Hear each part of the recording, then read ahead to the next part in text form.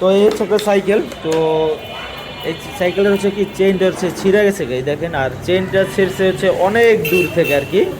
উনি হচ্ছে সকালে রাইডের জন্য বের হয়েছে, উনি একজন মানে রাইড করে আর কি। তো চেইনটা ছিঁড়ে গেছে। আর এই ভিডিওটা এই জন্যই করতেছি, তো আপনারা যারা সাইকেলিস্ট, তো আমি একজন সাইকেলিস্ট হিসাবে এই জন্য ভিডিওটা করা। তো সাথে হচ্ছে কম হইলো একটা হচ্ছে টুলস কিট রাখবেন। আর সবসময় হলে টায়ার টিউব, টায়ার তো রাখা সম্ভব না, একটা টিউব রাখবেন। আর হচ্ছে পাম্প দেওয়ার জন্য হচ্ছে পাম্পার। আর হচ্ছে চেইন চুয়ার সময় ছিঁড়ে যায়, চেইন ঠিক করার হচ্ছে একটা টুলস কিট রাখবেন। তো তাহলে হচ্ছে আপনাদের হচ্ছে বিপদে পড়তে হয় না। তো এখানে এক ভাই আছে, ভাইয়ের ক্যামেরা নিলাম, ভাই নিলাম ক্যামেরা আপনাদের। তো এই ভাই হচ্ছে এই সাইকেলটা হচ্ছে কত দূর থেকে আনছে যদি একটু বলতেন ভাই।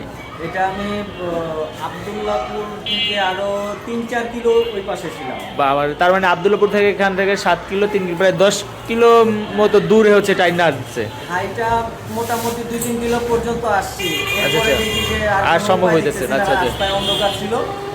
পরে একটা যে অটো রিক্সা নিয়ে আর আচ্ছা, তারপর আচ্ছা। চলে আসলাম। তো আপনার কি অভিজ্ঞতা হলো যদি ভাই একটু শেয়ার করতেন ভিউয়ার্সদের। অভিজ্ঞতা হলো চরম অভিজ্ঞতা। আমি টানা 2.5 ঘন্টা রাইড করছি। আর আচ্ছা, আচ্ছা। রাইড করে আমি ইসাপুরা গেছি আচ্ছা, আচ্ছা। বন্ধুর এখানে। তো যাওয়ার পর তখন এনার্জি ফুল ছিল। তো আসার সময় মানে কেমন যেন ওই গুগল আমাকে উল্টাপাল্টা রাস্তা দেখাইছে, আচ্ছা, আচ্ছা।